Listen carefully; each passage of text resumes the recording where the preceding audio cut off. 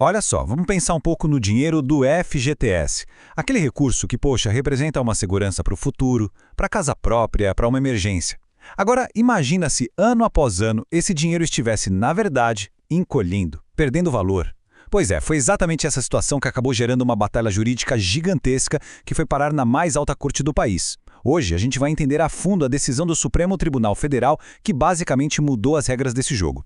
Bora mergulhar nisso então. O nosso roteiro de hoje vai passar por 5 pontos que são essenciais para a gente entender como essa decisão afeta, na prática, o bolso de todo trabalhador com carteira assinada.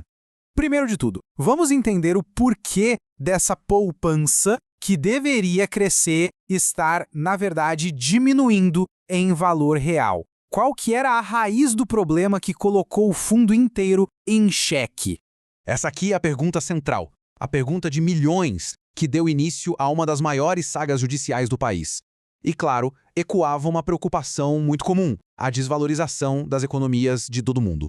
E aqui está a grande, digamos, vilã da história, a taxa referencial, a famosa TR. A lei determinava que a correção da FGTS fosse feita por ela.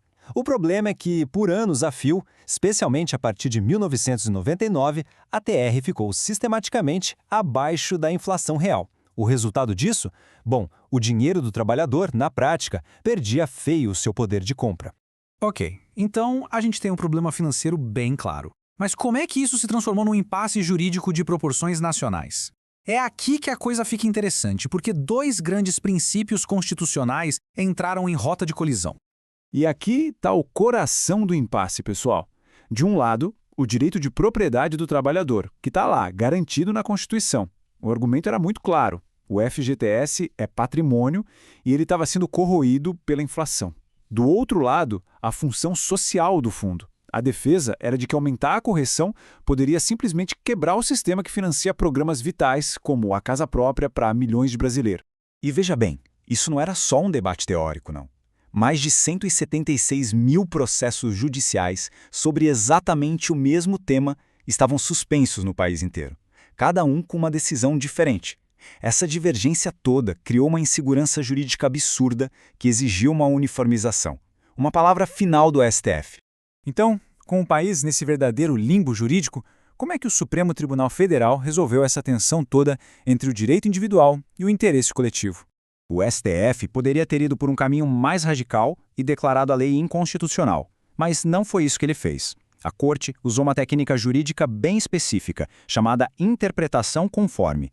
Ou seja, em vez de derrubar a lei, ela deu uma nova leitura para ela, uma condição para que continuasse válida, buscando ali um meio termo para agradar, ou melhor, equilibrar os dois lados. Agora, o que é bem interessante aqui é que isso mostra a lógica central da Corte. Essa citação do ministro Flávio Dino, que foi o redator do acórdão, revela a preocupação em manter o fundo sustentável. A lógica é a seguinte: o fundo não pode pagar mais juros aos trabalhadores do que ele cobra nos financiamentos que ele mesmo concede. Faz sentido, né? Tudo bem, mas e na prática? Como é que ficou o cálculo? Vamos dar uma olhada na nova fórmula, a regra que está valendo para todo mundo a partir de agora. Então, o ponto crucial é este aqui. A fórmula antiga foi mantida, com TR, mais 3% ao ano, mais a distribuição de lucros, só que com uma rede de segurança fundamental. O rendimento total, somando tudo isso, não pode, em hipótese alguma, ser menor que a inflação oficial medida pelo IPCA. Essa é a grande mudança. Isso cria um mecanismo que garante, por lei, a proteção do poder de compra do saldo do trabalhador. A mensagem é clara: a partir de agora, o dinheiro do FGTS não perde mais para a inflação. Ponto final. E isso nos leva à parte, sem dúvida, mais controversa e impactante da decisão: o efeito dela sobre o passado e sobre todos aqueles processos que estavam parados na justiça. Para a gente entender o impacto, precisamos falar sobre a tal modulação de efeitos. É um instrumento que o STF usa para controlar o alcance das suas decisões no tempo. E neste caso, a Corte definiu que a decisão teria efeito ex nunc, que significa basicamente daqui para frente. E por quê? Para evitar um colapso financeiro no fundo e garantir a segurança jurídica. A Corte traçou uma linha bem clara no tempo. A nova regra mais protetiva vale apenas a partir da data do julgamento, 12 de junho de 2024.